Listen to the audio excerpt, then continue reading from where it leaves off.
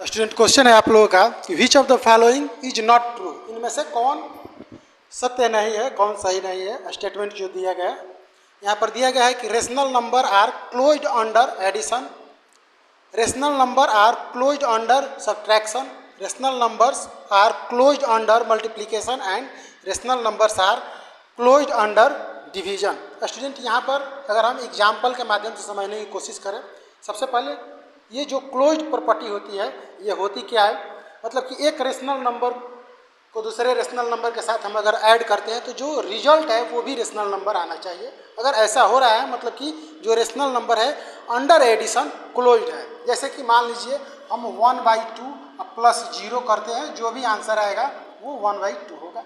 अब 1/2 जो है यहाँ पर ये दोनों भी रेशनल नंबर और जो रिजल्ट 1/2 है ये भी रेशनल नंबर। इस ऑर्डर को अगर हम चेंज भी करते हैं तो उस कंडीशन में भी जो रिजल्ट आएगा वो 1/2 होगा, जो कि एक रेशनल नंबर होगा।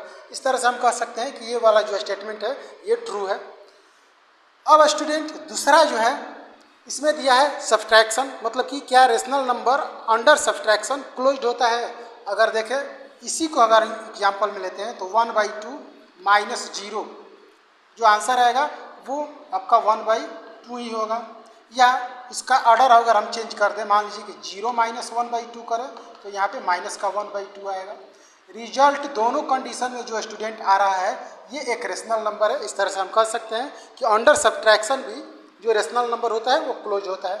इसी तरह से अगर मल्टीप्लिकेशन में देखें, जैसे मान लीजिए कि 1/2 इंटू 0 जो हमारा आंसर आएगा वो 0 होगा, जो कि ये भी एक रेशनल नंबर है। तो यहाँ पर भी मतलब कि अंडर मल्टीप्लिकेशन भी जो रेशनल नंबर होता है वो क्लोज्ड होता है।